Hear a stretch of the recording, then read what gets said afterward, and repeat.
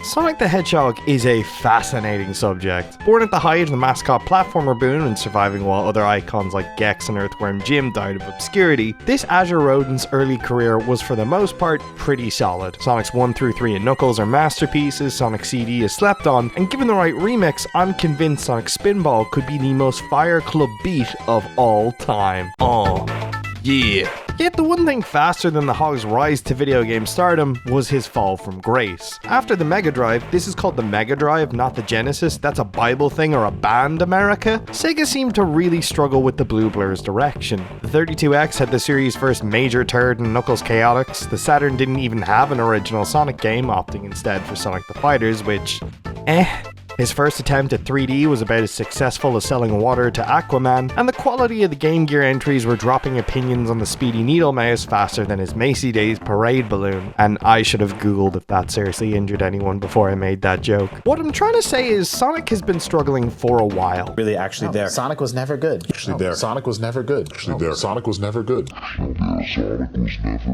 Yeah, no, bad take, IGN. As a character, Sonic is incredibly endearing. I mean, he's had a myriad of cartoons, comics, and most recently box office success. But he's been in a bit of a rut for the last decade. From Force's confused and rushed design, Lost World losing all the good stuff from Generation and Colors, and his awkward years of Sonic Heroes through to Unleashed, the Blue Blur has fallen on some hard times. I think the issue is Sonic Team doesn't really understand Sonic. They seem to think that all Sonic is about is speed, but they're misunderstanding what that means. The original Sonic game was inspired by creator Yuji Naka trying to beat his fastest time in Mario World 1-1. Sonic was designed with the goal being finishing the level fast, but in Sonic 1, reaching top speed wasn't just a case of just holding the D-pad in the desired direction. You needed a flat surface to build up speed, spin dash through walls, and know when to jump. Not knowing this cost precious time, and if you weren't taking the higher, tougher paths, you were on longer, lower paths, and it would really affect your time. And as such, you needed to know the levels inside and out. And this was the norm for all the 2D Sonic games. Nowadays, in the Boost era, speed is inherently built into the levels, making them feel like Mario Kart tracks without other players and outside of Colors,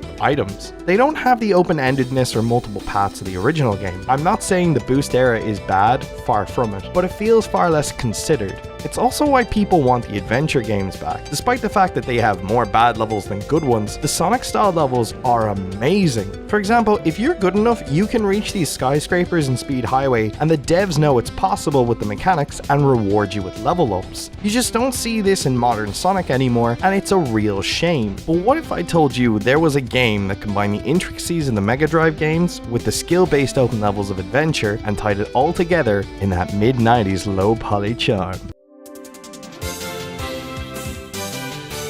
Sonic Robo Blast 2 is a fascinating oddity. An original game made by fans, but you know, the cool Sonic fans, not the weird ones like Chris Chan or Guptail or whoever made this cringe OC character. BAM! Gotcha! That's a real Sonic character! Utilizing a modded Doom 2 engine and created by a group known as Sonic Team Junior that sought to recreate the design of the 2D games in 3D. And yeah, they totally nailed it. Sonic Robo Blast 2 isn't just a solid fan game, it's a great platformer. The story this time around is that Eggman has turned Sonic's uncle into a robot, forcing Sonic and pals to travel the world and find a cure. And wait a minute, that's just the Sad AM show. See, this is where this game shows that they're more Mega Drive than adventure, disregarding narratives which were honestly so-so to begin with. The story is more to justify why we're rolling around at the speed of sound through various locales, rather than being anything worth mentioning. But that extra attention for the gameplay really shines through. You see, the introductory level Green Flower Zone is super expansive, letting you get a feel for the controls. This initial level has a complete lack of spikes and pitfalls, meaning you can get to grips with the game's feel. The enemies can be rolled into for easy kills, and there's even an area that can only be accessed via spin dashing, leading to a special stage token. This relatively low stakes environment is important as it allows you to learn the game's mechanics at your own pace. The second act amps things up by adding spikes, springs necessary for progression,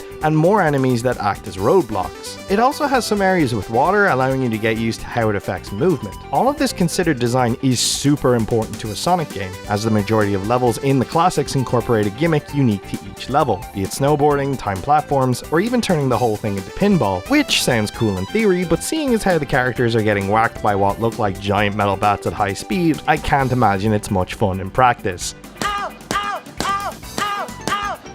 And Robo Blast 2 is no different. Each zone adds new features that are necessary for progression, and much like Green Flower Zone, the first act is always used so that you can acclimate to these features. Techno Hill adds steam pipes which shoot you into the air but are intermittent, and it has a gelatinous liquid that can be walked on but almost acts like molasses. Deep Sea Zone is almost entirely underwater but has timed platforms and a lot more spike traps. Castle Eggman has catapults to launch you across the map and shield-wielding enemies that will throw you back if you try to attack them. Arid Canyon incorporates pitfalls more heavily into the design and has TNT that will go off if you stand next to it for too long. And I'm convinced that Red Volcano Zone was designed by Satan to torture people in this otherwise fantastic game. Oh, and I guess it turns the whole game into a floor is lava section. The final zone incorporates little touches of all these levels and dials the challenge to 11, making it feel like a climactic finish. It's not just the gimmicks that set the levels apart, it's the feel, which is helped majorly by the god tier OST. In recent years, I've found that Sonic soundtracks have lacked something. On a surface level, they're great, but the issue is more a macro one. More and more games seem to be pulling less from the level settings to create their tracks. I want you to listen to this track and tell me what you think the level setting is. You're probably thinking of some sort of jazz club, car chase, or maybe even some kind of Mardi Gras style level. Instead, what you're getting is a brisk jog down Candyland. I'm not saying these OSTs are bad.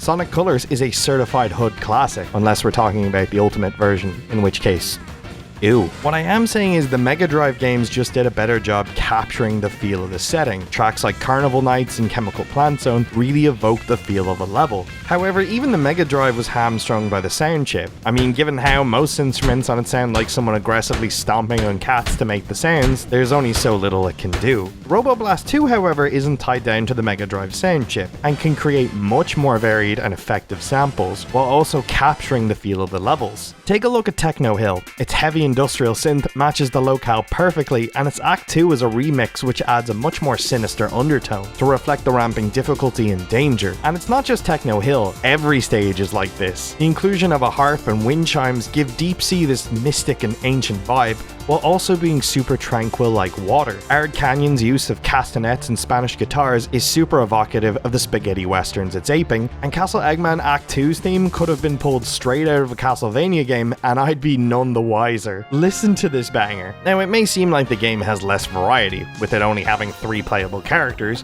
but you're wrong, because there's twice as many characters as you originally thought. They even have Mammoth Mogul. I'm kidding, he's not real. Haha! Double deception! He is real! Each character in their own way recontextualizes the game. Sonic acts as your traditional experience. Like the old games, you get punished for poor performance with longer paths, and are rewarded for better play with speedier, higher routes. Knuckles has paths that are accessible only to him, meaning you're basically getting a remix of the same zones, and his glide and climb abilities make for easier platforming, and allow you to fix your mistakes at the cost of time. Tails can fly over gaps and swim, making pitfalls in water more an annoyance than a hindrance. While he's notably slower than Sonic and Knuckles, his ability to fly allows you to grab collectibles and find hidden paths that you can use with the other characters. Essentially, he acts as your easy mode. Speaking of the collectibles, grabbing 5 unlocks a Winter Wonderland level, completing which gives the player access to Amy Rose, which teaches the player to find collectibles for even more gain. Beating Fang at the end of Arid Canyon lets you play as the Gunslinger, and finishing the game lets you play as Metal Sonic. Each of these characters drastically shakes up how the game's played. Amy can't spin dash or ball jump, but can use a hammer to attack enemies, and superload springs with it. Fang again can't jump attack or spin dash, but he can pogo stick across levels, and some of the bosses become absolute jokes because of his second ability. Wow, a gun! In what can only be the biggest dunk on Shadow the Hedgehog, not only is there a firearm-wielding character, but it actually works, and it isn't the most jarring thing in the world. Sure, the characters are all running through the same levels, but their approach to them is unique because of these differences. Even Metal Sonic, who's probably closest to Sonic in terms of feel, has several differences, and if anything feels like the speedrunner mode, given his ability to glide and achieve even greater speeds than the blue blur. The thing newer Sonic games seem to get wrong is that Sonic's friends suck. That's not true, unless they're talking, but gameplay-wise, they kick all types of ass. If you don't believe me, then how come Sonic Mania, a game from fans, included Sonic, Tails, and Knuckles at release, and then added 2 more characters in its DLC? Sonic games are meant to be played over and over again, and I think that's why Sega is so afraid to release a game like this. The design lends itself to a shorter overall experience. I mean, long plays of Sonic 3 and Knuckles run about 2 hours, whereas playtime for the adventure games can run triple that, but most of the stuff in that is fluff that people don't like.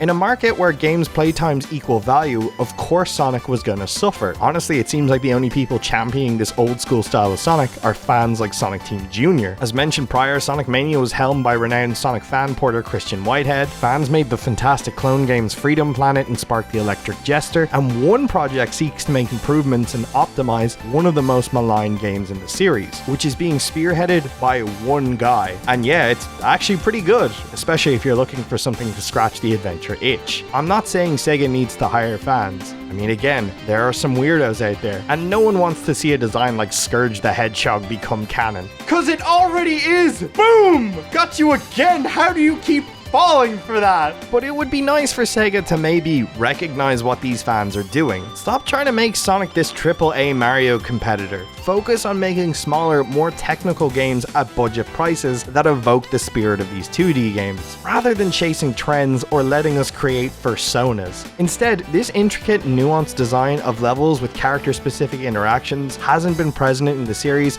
since Sonic Advance on the GBA, and that wasn't even Sega, it was Dimps. Now that's not to say this game is perfect. It can feel a little slippery and uncontrollable, there's not as much variety as the adventure games, and again, Red Volcano feels like the whole development team was going through a bad breakup, and they seem to want their player base to suffer as much as they did. And oh my god, they're making an Act 2 for it. But all of that falls by the wayside when you realize that this has been worked on since 1998, and the original Robo Blast looked like this.